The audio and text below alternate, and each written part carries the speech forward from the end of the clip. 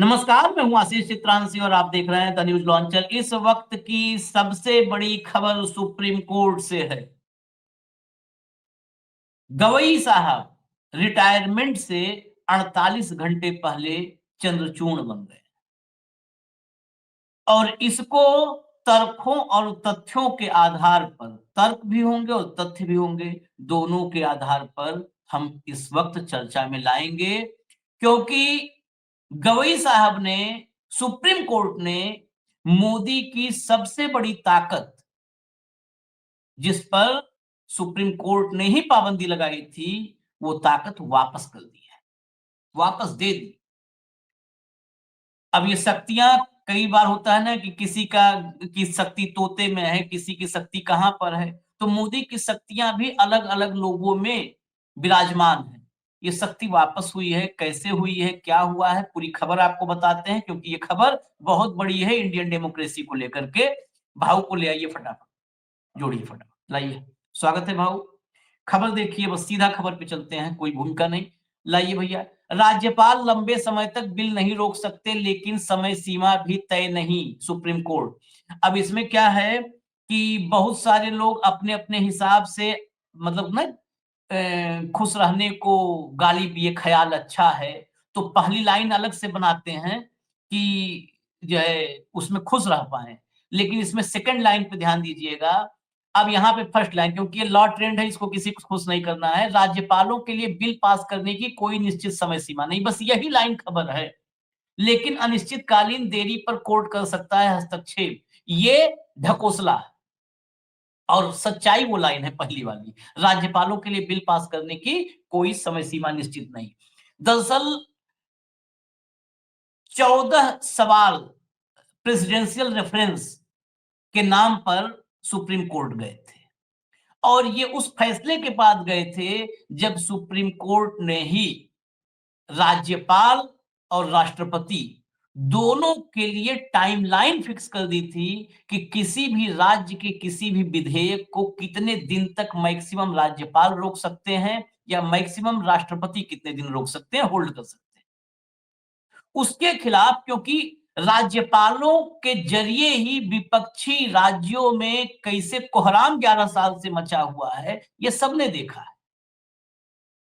तमिलनाडु में तो एक कानून नहीं पास होने दिया राज्यपाल ने, रवि ने, जिस निर्वाचित सरकार ने अपना लोगों के सामने, वहां की जनता के सामने अपना एजेंडा रखा था, घोषणा पत्र रखा था, उसको कुछ कुछ भी एग्जीक्यूट नहीं करने दिया।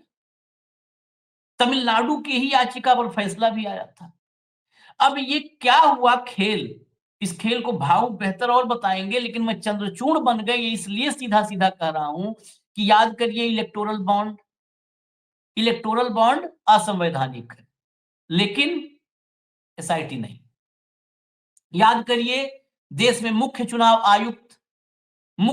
आयुक्त की नियुक्ति प्रधानमंत्री, लीडर ऑफ अपोजिशन, जो कमेटी होगी, पीएम होंगे, एलओपी होगा, और सुप्रीम कोर्ट का मुख्य न्यायाधीश होगा। लेकिन स्टार लगा के टर्म एंड कंडीशन अप्लाइज, नीचे लिख दिया क्या कि केंद्र सरकार कानून बना करके, कोई भी कानून ला करके मुख्य चुनाव आयुक्त और अन्य चुनाव आयुक्तों की नियुक्ति की प्रक्रिया तय कर सकती है।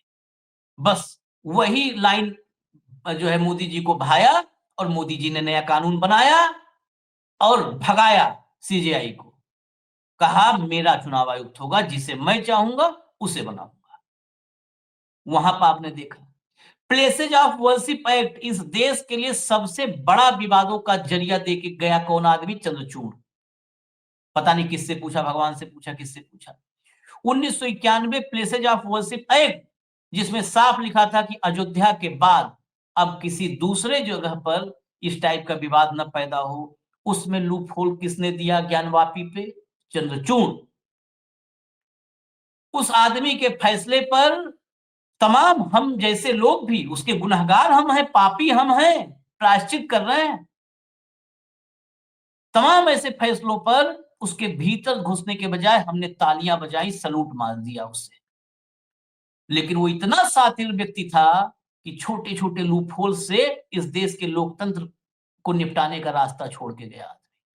गवई साहब वैसे ही जाते जाते करके गए, कर दिया व्यवस्था। मेरी बात से ना इत्तेफाकी हो सकती है बहुत लोगों की, लेकिन कर गए गौवी साहब। आगे देखिए, लाइए भैया जरा दिखाइए।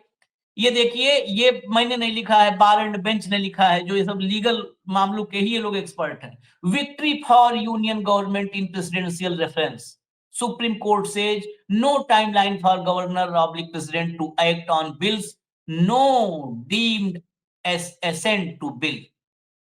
हो गया क्लियर एकदम। आगे आइए, फैसले के कुछ हाइलाइट्स बताते हैं, हाइलाइट्स पे ही चर्चा, क्योंकि अभी तुरंत की खबर है तो बहुत डीप हम लोग नहीं सब पढ़ पाए, लेकिन जो जो निकला है देखिए। बार एंड बेंच ने हाइलाइट्स बताया है। Supreme Court verdict on governor's power in a nutshell. क्या कहा? नो टाइमलाइंस फॉर गवर्नर और president to act with regard to bill passed by state legislature. पहला मतलब, कोई अब समय सीमा नहीं होगी, जो समय सीमा कर दी थी 3 महीना और 1 महीना, कोई समय सीमा नहीं होगी। जो राज्य की लेजिस्लेचर यानी विधायिका द्वारा कोई भी बिल पास किया जाएगा, गवर्नर के पास कोई समय सीमा नहीं है। Second, no deemed assent to such bills on the ground that the governor oblique president failed to act within such prescribed timelines. तीसरा, actions of president oblique governor will respect to a bill cannot be agitated before court. चौथा, action before court oblique judicial review will lie only when the bill becomes law. और अगला, if the governor does not act under article 200 within a reasonable time, then court can exercise limited judicial review. ये words पे देखिए। और ये तो सबसे बड़ी बात है कि रीजनेबल टाइमलाइन का कोई परिभाषा ही नहीं है। परिभाषा ही सुप्रीम कोर्ट ने गढ़ा था, और उस परिभाषा को गवई साहब ने जाते जाते मिटा दिया इरेजर से। परिभाषा बनाया था टाइमलाइन, रीजनेबल टाइमलाइन क्या होना चाहिए, उसको डिलीट किया, कहा ये परिभाषा नहीं चलेगा, क्योंकि इस परिभाषा में मोदी जी कंफर्टेबल नहीं है। मोदी जी सारी शक्तियां यहां से हर ली गई हैं। एक बाइट सुनवा देते हैं, फिर भाव पास चलेंगे। चलाइए भैया। Court Constitution Bench headed by Honorable Chief Justice of India has given its opinion under Article 143 of the Constitution of India on the presidential reference. And today's opinion given by a Constitution Bench of the Supreme Court is a very balanced under the Constitution of India and the powers of the Honorable Governor and the President under Article 200 and 201 has been well defined by the Supreme Court, and finally the Honorable Supreme Court has concluded that the power under Article 200 and 201 of the Constitution of India is a discretionary power, and the governor is not bound by the advice of the Council of Ministers in the matter of taking decision on a bill. Similarly, the Honorable Supreme Court has also opined that the courts cannot interfere in a decision-making process of the governor while considering a bill. Therefore, the Honorable Supreme Court had said that the interference, the power of the governor and the president in the constitution while considering a bill is not justiciable. They have further opined that the limited jurisdiction can be exercised by the Supreme Court or the High Court by granting mandamus only when a situation arises that the governor is not acting or discharging its constitutional duty as prescribed under Article 200 and 201. Therefore, to exercise the power, the limited direction of mandamus can be issued, but no discussion on merits of the bill or merits of the matter. So the Supreme Court's opinion is very clear today, and they have said that the governor has got powers, 3 powers, either to assent the bill or to reserve the bill or to withhold the bill and send it back to the legislature for reconsideration. Thereafter, this can be given assent by the governor.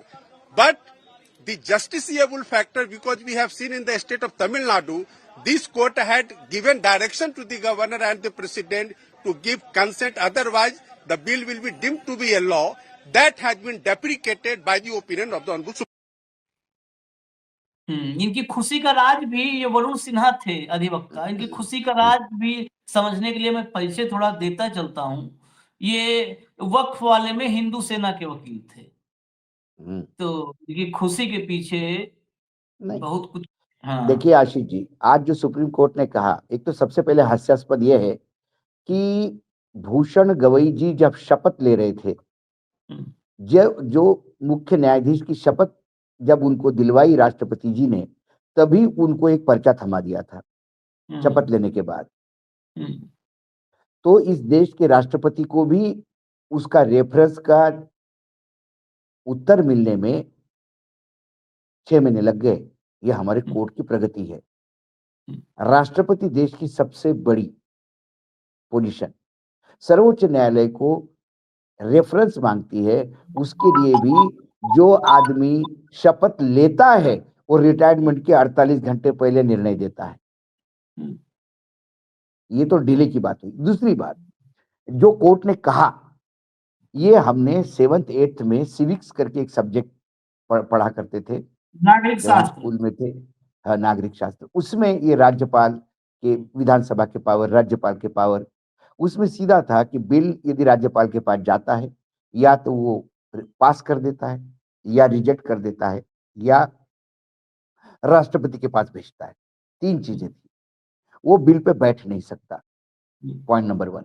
एक बार भेजा हुआ bill फिर विधानसभा यदि वही bill वापस कर दे तो फिर उसे पास करना होता है। ये बड़ी क्लियर कट थी।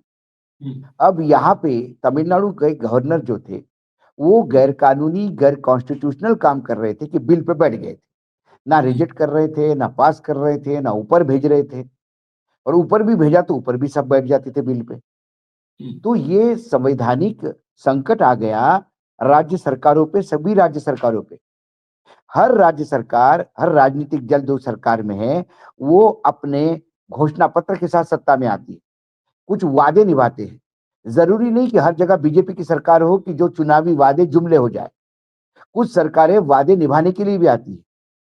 और जब तमिलनाडु की गवर्नमेंट वादा निभाने के लिए आई और अपने वादे निभाने के लिए बिल्स बनाए, कानून में बदलाव किए, तो भाई ये कानूनी पास नहीं होने दे रहा था। इसका मतलब आप अपना काम ही नहीं कर सकते, गवर्नमेंट स्टैंड स्टिल हो गई। तो जब ये मामला सुप्रीम कोर्ट में आया तो कुछ बिल 2-2 साल से पेंडिंग थे, 2 साल से। तो सुप्रीम कोर्ट ने कहा कि कुछ नहीं, इसको पास कर देते और आपकी समय सीमा 3 महीने की तय कर देते। इसमें जो कहते हैं कि भाई गवर्नर के पास, मतलब लेजिस्लेचर, हमारे यहाँ 3 जो है, न्यायपालिका के कार्य क्षेत्र है, एक विधायिका का कार्य क्षेत्र है, एक कार्यपालिका का कार्य क्षेत्र है। तो ये न्यायपालिका बिल पास करने का काम नहीं कर सकती। ये तो मैं भी मानता हूं कि न्यायपालिका को एक बार बिल पास हो गया, वो कानून बन गया, तो उस कानून की समीक्षा न्यायपालिका कर सकती है। लेकिन बिल को पास करने का काम न्यायपालिका नहीं कर सकती है। ये तो मैं मानता हूं। चलो, इस बेंच ने ये तो सही कहा। लेकिन ये बेंच ने जो कहा कि गवर्नर के पास इतने पावर है, गवर्नर रबर स्टैंप नहीं है, गवर्नर के पास इतने पावर है। और दूसरी बात है कि एक जो मुझे अभी एक बहुत कंफ्यूजन है, और मैं अभी वर्तमान में मैं बाहर हूं दिल्ली के, मैं आके कुछ जो रिटायर्ड जजेस है उनके साथ बैठ के इस बात को, उन्होंने कहा कि काउंसिल के एडवाइस पे गवर्नर को एक्ट करना जरूरी नहीं है। ये जो जो बड़े पॉइंट्स में लॉ जो अभी आपने पढ़ा है, यदि और जो ये बोला, जो अभी वकील साहब, जो सिन्हा साहब, सिन्हा ही थे ना वो जो वकील का बाइट सुनाया, वो बोला यदि ये है तो फिर अभिभाषण भी राज्यपाल अपना बनाएगा, अभिभाषण पढ़ने से मना कर देगा।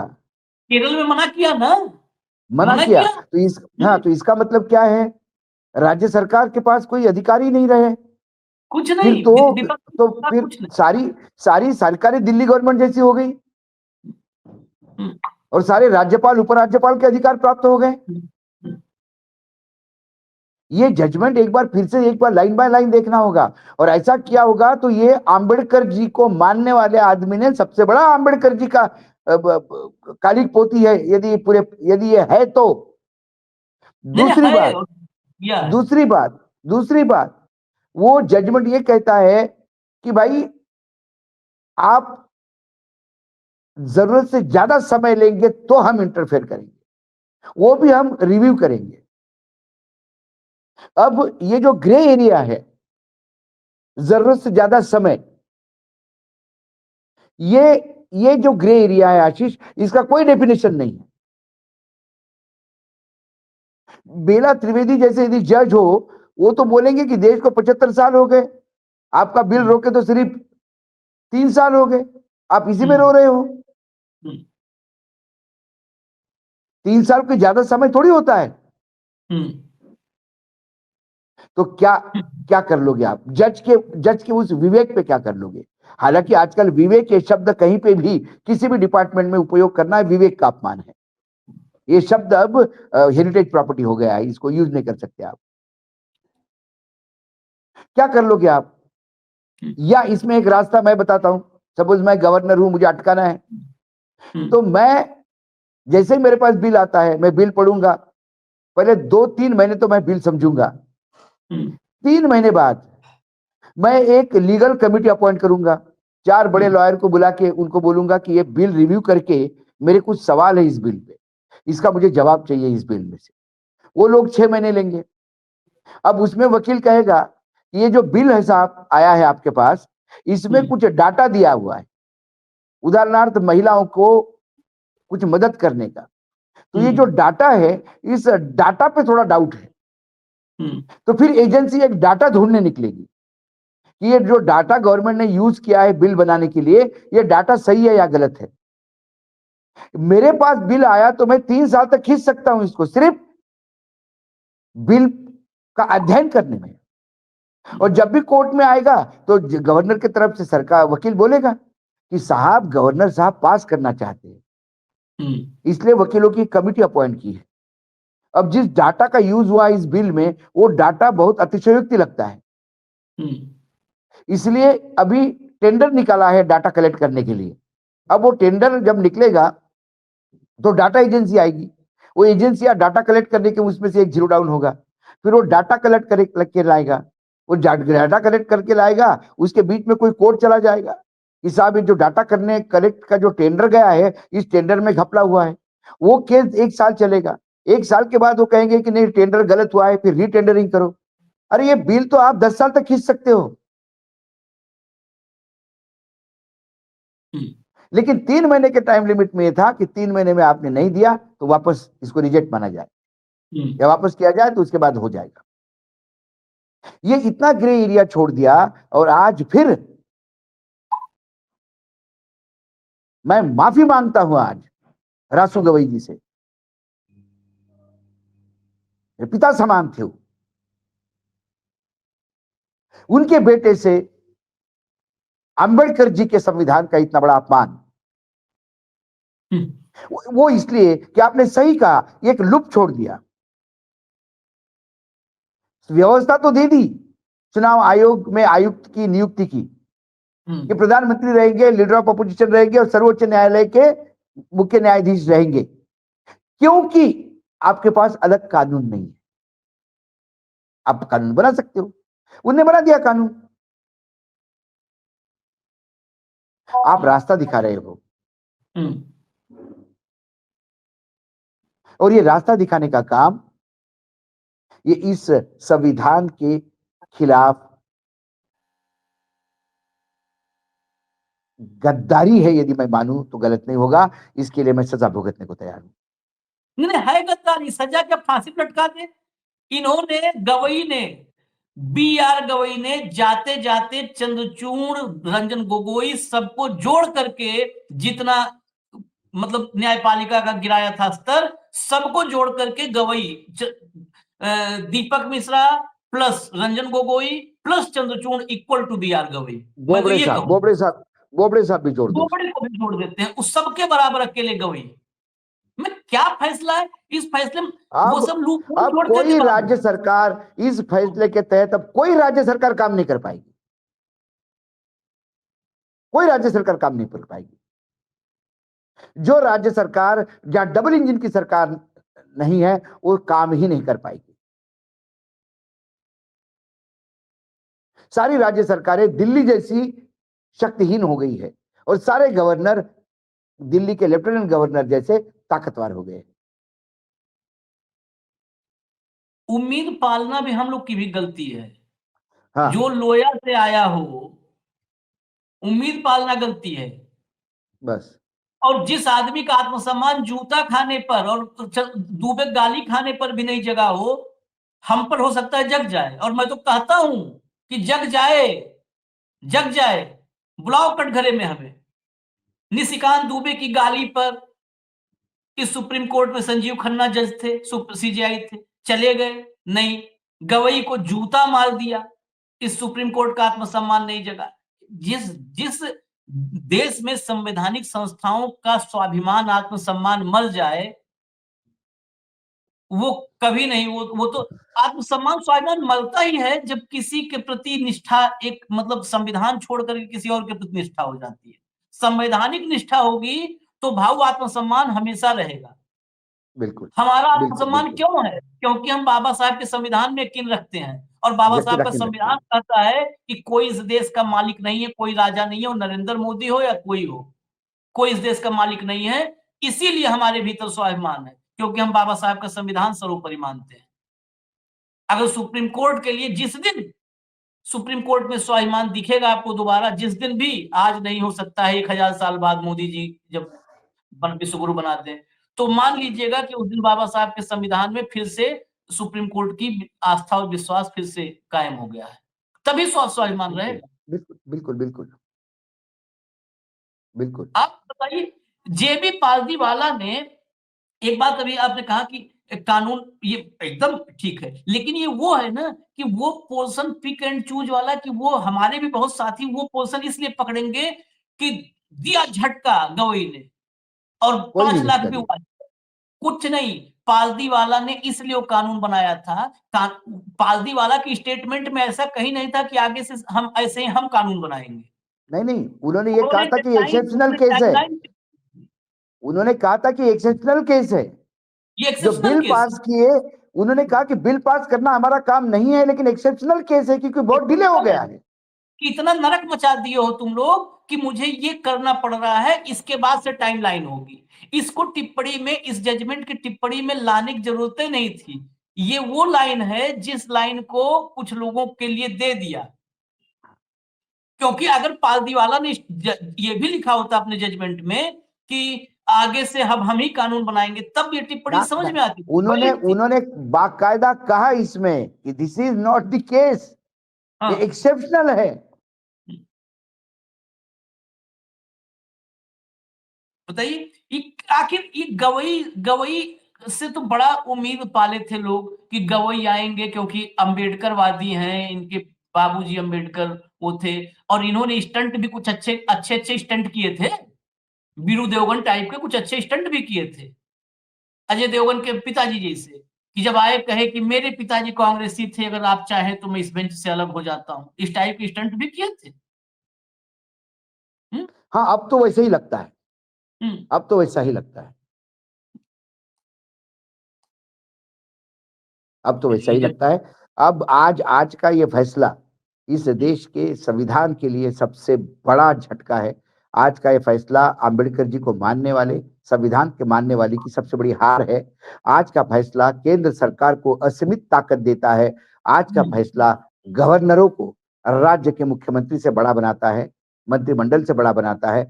आज का फैसला मतदाताओं के मतदान के अधिकार को जीरो करता है और एक अपॉइंटेड गवर्नर को उनका भाग्य विधाता बनाता है।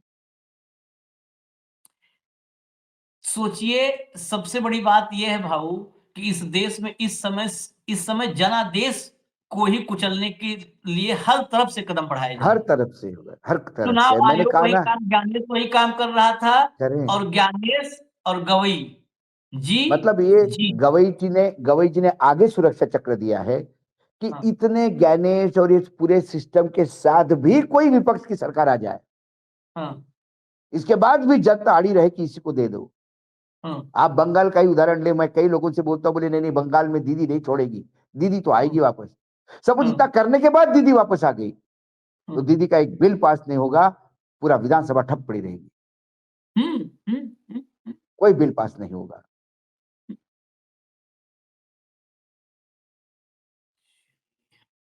आज बहुत दिन से इंतजार था, और कहा था गवई ने अभी 15-20 दिन पहले जो है, कहा था कि चिंता मत करो, रिटायरमेंट से पहले, रिटायर होने से पहले फैसला सुना के ही जाऊंगा।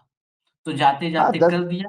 10 तारीख को ही फैसला रिजर्व कर रखा था, अब आज सुनाया। बेसिकली कॉन्स्टिट्यूशन को, संविधान को महाराष्ट्र के किसी हॉस्पिटल में एडमिट करवा देना चाहिए, जिस हॉस्पिटल में, वो हॉस्पिटल का नाम भी अगर गवई बता देंगे तो ज्यादा अच्छा होगा, किसी हॉस्पिटल में एडमिट करवा देना चाहिए, हाँ, बस अभी जिस संविधान हॉस्पिटल अभी में। हाँ। नहीं, क्योंकि गवई जी अच्छे सोशल, उनके बहुत अच्छे मित्र संबंध है, नागपुर के रहने वाले हैं, नागपुर में कई वकील है, बिल्कुल उनको अपना मित्र मानते हैं, ये बात भी है कि उस आदमी में एक अच्छाई है। तो एक दो डॉक्टर्स भी है जो उनके बिल्कुल नजदीकी दोस्त है। तो कम से तब कम इतना एक एहसान करे, हाँ, इतना एहसान करे कि आप संविधान को, क्योंकि बाबा साहेब आम्बेडकर जी की अध्यक्षता में बना हुआ ये संविधान है, तो कम से कम इसको अब उसी दीक्षा भूमि के नगरी में अब एडमिट कर देना चाहिए, एडमिट क्योंकि अब करवा दें। संविधान संविधान अब मरणासन्न स्थिति में पहुंच गया है। कम से कम इस बात से तो अब विधायिका की कोई कीमत नहीं रही है, राज्यों की विधायिका शून्य हो गई है।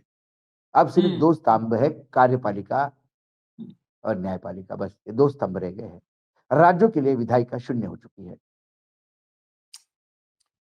चलिए भाऊ, अभी तो जो भी अब होगा देश में, अब हम लोग के हाथ में तो कुछ नहीं है, खाली मुंह है, तो उस पे अपना सवाल खड़े कर सकते हैं, देश को कुछ बता नहीं की सकते हैं। बात नहीं आशीष जी, हम पत्रकार है, हम विश्लेषण करते हैं, और मुझे लगता है कि जो जिम्मेदारी ऊपर वाले ने हमको दी है वो बाखूबी निभाएं, चाहे उसके लिए तकलीफ हाँ। हो, चाहे उसके लिए गालियां खाना पड़े, चाहे उसके लिए जेल जाना पड़े।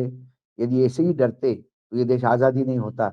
ऐसे ही डरते तो छत्रपति शिवाजी तलवार ही नहीं उठाते। ऐसे ही डरते तो महाराणा प्रताप एल्गार नहीं करते, ये भगत सिंह फांसी नहीं चढ़ते। ये सारे निडर लोग थे, और हमें यदि उनको रोल मॉडल मानना है, यदि मानते हैं, तो हमें निडरता से इस संविधान को बचाना होगा, चाहे कितनी भी सजा हो जाए। संविधान को बचाने के लिए लड़ाई किसी राजनीतिक दल के साथ नहीं है, व्यक्तिगत नहीं। ये संविधान बचाने की लड़ाई। और हाँ, और जब, आज संविधान का एक स्तंभ चरमरा के गिरते हुए देखा मैंने राज्यों में। और ये अब भी वो एक बात पूरा, है कि कुछ व्यक्ति ही हाथ धोकर के संविधान के पीछे पड़ जाते हैं, कुछ व्यक्ति, तब ये नहीं, लड़ाई कई जिनको, बार लोगों को जिन दूर से लगती लोगों है कि को कैसी लगती सब नहीं आशीष, जो इस संविधान के पीछे नहीं पड़े हैं, उन्हें मनुस्मृति लानी है। उन्हें मनुस्मृति लानी है, इसलिए संविधान है। को हटाना जरूरी है। यदि आपको मेरे जगह किसी को लाना होगा, तो आपको पहले मुझे हटाना पड़ेगा ना। मुझे आप बिल्कुल बात भी नहीं करने देंगे, देखने भी नहीं देंगे, सुनने भी नहीं देंगे, मुझे धक्का मार देंगे बार बार, तो मैं यहां से उड़ जाऊंगा, और फिर आप उसको बिठाओगे जिसको चाहते।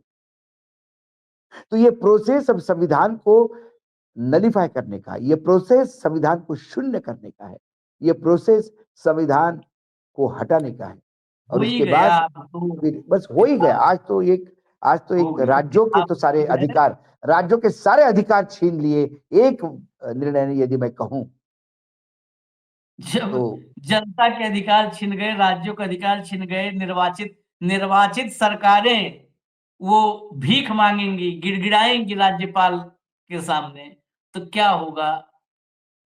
खैर, इजाजत दीजिए, देखते रहिए अभी क्या क्या होता है, अभी तो बहुत कुछ होना है, क्योंकि इस देश की जनता को मजा आ रहा है। इजाजत दीजिए, धन्यवाद भाव, बहुत बहुत धन्यवाद, नमस्कार। नमस्कार।